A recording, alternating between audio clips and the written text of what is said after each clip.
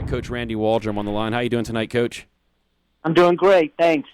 So, want to thank you for calling in and taking your Sunday out to be with us. Really appreciate it. Not a problem. I appreciate you having me. So now you just wrapped up your second year with Pittsburgh, and they're also in ACC now. I mean, that's arguably one of the toughest women's conference in the country, and there's no days off in that conference. No, you don't. I know a lot of people that's never coached in that conference don't quite understand that, but I think teams from around the country maybe can come play an ACC team on a one-off game and do well, maybe get a win. But to turn around and do it Thursday, Sunday, turn around and do it again the next Sunday, it's difficult, to get wins in this conference. It's an amazing conference. Now, with you're joining this program, you guys didn't have greatest of season, but you had a lot of tight games. I'm sure that's something that, you guys take a little positive out of building toward next year, and even recruiting that you're battling with North Carolina and Florida State in one-goal games.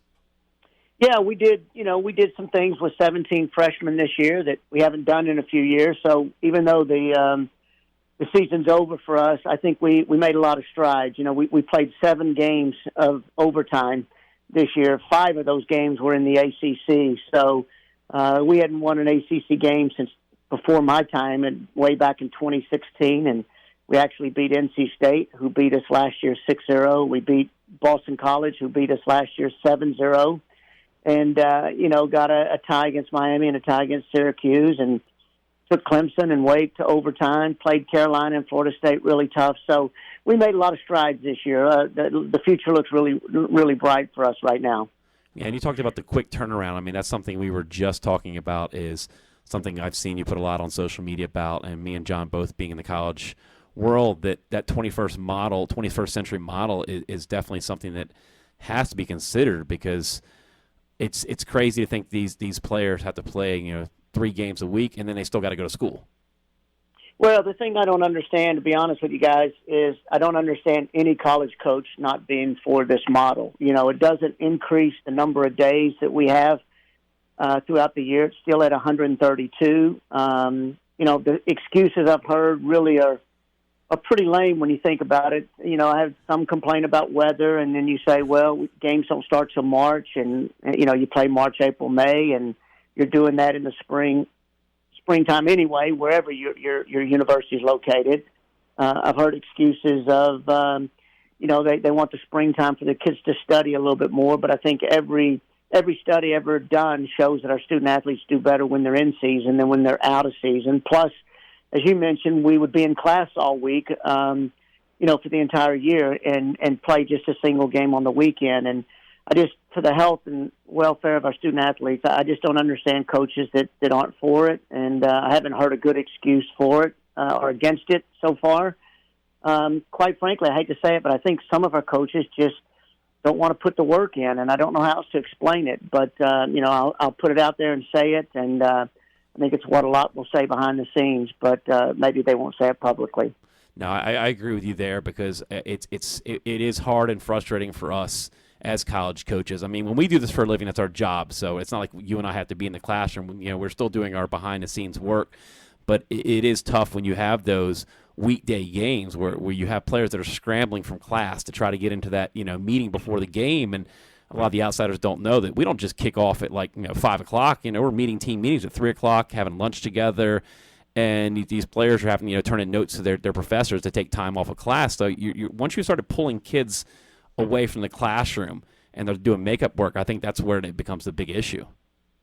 Well, it does, and I think at the end of the day, they're student athletes. That's why they use the word student athlete. They should be in class, and I think any parent or any club coach that's sending their players or their daughters to a university should hear the reason why that university doesn't support it. And if they didn't support it, I'd be leery of it, because there was just a study done with the NCAA on catastrophic injuries, and the report came out and very clearly indicates that we're in too compressed of a season right now, and something's going to be done. And the NCAA is going to force our hand, and we're either going to lose number of games in the fall, even with the expanded season that the women's coaches want. There's only a couple of weeks you can expand by in the fall.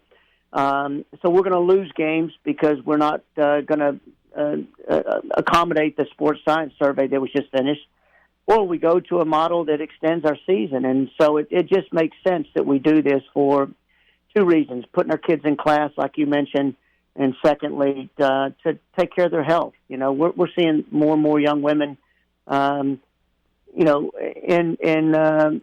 in counseling because of the stress that the seasons takes. And I just think I think a lot of coaches either don't understand the new model, and the players may not understand the new model because it's not been presented properly. And I think we've got to find a way to get those coaches up to speed on what it really involves. I think one of the big things that John and I are concerned is that since we coach college, that when you're going into the playoffs and you make a postseason, and whether it's your conference final or NCAAs, a lot of these teams are going with taped-up teams because all the wear and tear, they're not truly, I think, representing themselves. So sometimes it's the team that can stay the healthiest, withstand that grueling back-to-backs almost that it feels like. And I'm sure that another aspect is having these NCAA tournaments during the springtime when it's nice out. Yeah, I think, a lot of conferences are still compressing their tournament from maybe a Thursday or a Wednesday on through a Sunday, and you could play, 3 or 4 games in that span, or 3 games in that span, and then turn around and have the NCAAs the following week. And, I know this new expanded model that some of the coaches want adds a couple of weeks to the season, but I do think if conferences start to go, even if they go and play Thursday, Sunday, which gives you that other day rest, which we do in the ACC, that's better than a Friday, Sunday. But what it does to you as well is, you're missing class now from Wednesday on. And, it just seems like we're out 5 days a week on that weekend of Thursday through Sunday. So it's difficult. There's just not a good solution with not enough dates in the fall season to expand to get it spread out the way we all know it needs to be in our sport. Yeah, it's definitely something that there's a lot of the material out there, and I think, like you said, it just needs to be presented, because I think the one thing that I think blows a lot of people's mind when they really do the research and see when you compare the other type of professional leagues. I've seen you put the stats out there about that. You just look at like an average professional, EPL team, they're playing maybe 1 to 2 games a week, where it shouldn't be. The lower amateur league should be playing less. It's the same thing with my little kids, that why else does youth soccer games might only be 25, 30 minutes a half, because you're slowly ramping up the workload on the players. Yeah, no, you're absolutely right. And think about this: think about what we would say as youth coaches, if our teams only played a 90-day season in the fall with our youth teams, and then we turned around in the spring and came back and did another 40 or 50 days with only 5 games that actually are just scrimmages and they don't count for anything. I mean, we would never ask for our youth players to have that kind of a model. And I think trying to cram all of this into a 90-day window, which is what the majority of the teams in the country play. If you're not into postseason play, you're finished the last week of October. So it just doesn't. It's crazy. It just doesn't make any sense at all. Yeah, I mean, you hit the nail on the head there, because when I coach D2, we're still our spring is the same thing. We're doing the travel, we're playing the games, they're officiated by a ref. It's one of the things where why not just make them count? How hard? It's not that much of an adjustment just to make it a real official game that actually counts. Yeah, I think if the coaches aren't familiar with the model, would just do the research on it. Like I said, it keeps the same number of days, the total of the 132 days. And the only difference really is, the January to February 8-hour window is still in place. That doesn't change. The kids actually are going to get off from the second week of November all the way through January when they return to school. So now they can go home for Thanksgiving. They can have that planned out in advance. And then when they come back in January, they have that 8-hour window till the end of February. And then that's when you start your 20 hours a week, which is the way we have it now.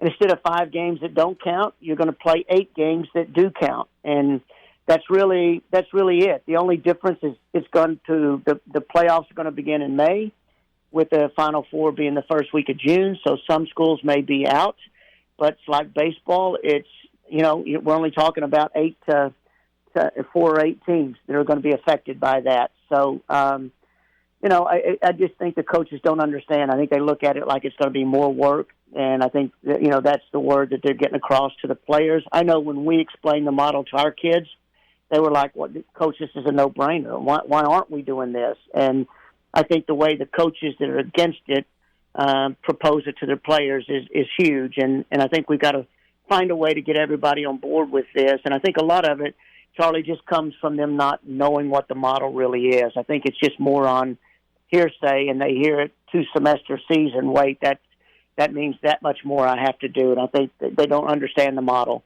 I think that's the same thing. We get used to a system that we're in, and people, don't like the idea of adjusting to change, and I think it's just the game itself, is the college game is different, but we have to approach it more with the amateur style going to pro, just the with the way we sub, the way we run the clock, that you have to treat it, because it's weird to go from club style to suddenly college has got a little bit different rules that, that we aren't following as much, and we're just, I guess we're so used to it being treated like another sport that, college football, they played like the 10 to 12 games, that you almost have to treat it like that aspect, that it's not a sport that you can just go play every single night. And I think that we just... Yeah, no, I agree totally. I think this could be the single most important piece of legislation that I've seen in the last 30 years of college coaching. I think it's that important.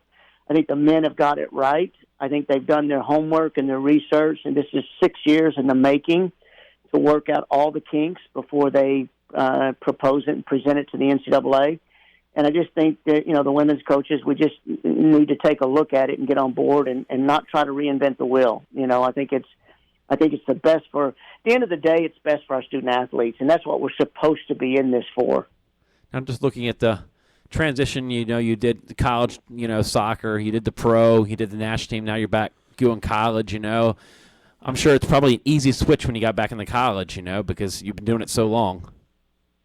Yeah. It was, I had to catch up a little bit on a few of the rules that had changed and a few things that had been tweaked, and, the recruiting's a little bit different now than it was when I left for the pro game. But, it's interesting. I actually spoke to a couple of the NWSL players about this as well, and some of them were working at some youth clubs around the country, and they mentioned to me that, hey, I wish this would have been the way it was when I was in college. I wish we would have had this year-round program. And, I think you'll have those coaches that will argue that we shouldn't be concerned about the 1% that's going to go pro or go play for the national team. But that's not the purpose of the model. The model is to benefit our sport, to make our sport grow, and to give our student athletes the best experience possible, over the course of the year.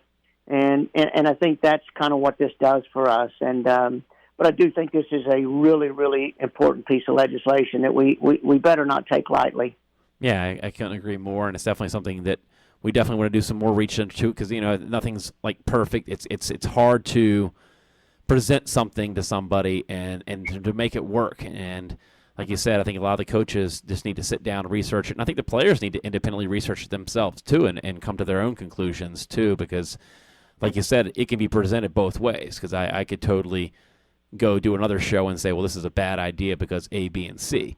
That I think it's a lot of players just got to do their own homework. And I think parents, too, just in general, when they send their kids off to colleges, just know what they're getting into with the different levels of D1, D2, and what it really implies. Because there are a lot of people on the outside that don't even know that, that NCAA soccer exists in the spring, but it's still intense for a lot of these players. Even though it might not count in the books, it's still a very intense game.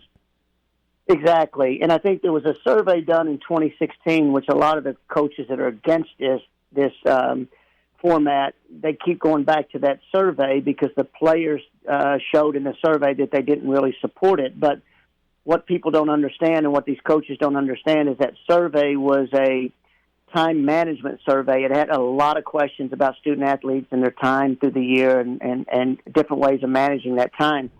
And the only question asked was, would you be in favor of a 2-semester season? There was no explanation, no how does it work. There was nothing else presented but that question. Yeah.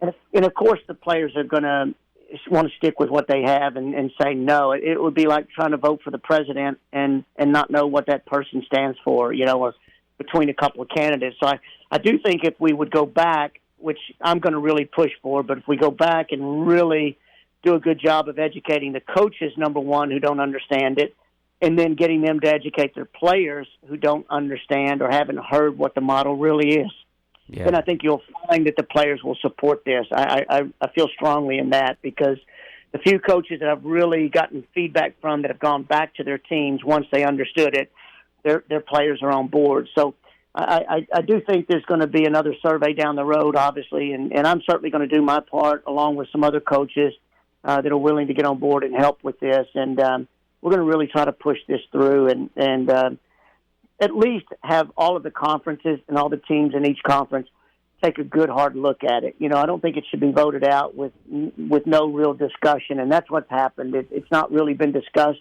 at the conference level, and I don't think our chairperson for the Division I conferences has really pushed it, and I don't think that there's been any discussion on those conference calls regarding it as well. So we've got to get this in front of all the teams and get them having these discussions about it before we say no or before we say yes to it. I think it just needs to be out there. Yeah, definitely. I think the big thing is just keep pushing and educating, and people keep an open mind and not be locked into their ways. But, Randy, I want to thank you for taking your time out on a Sunday night to call us in, and appreciate everything you do for the women's game.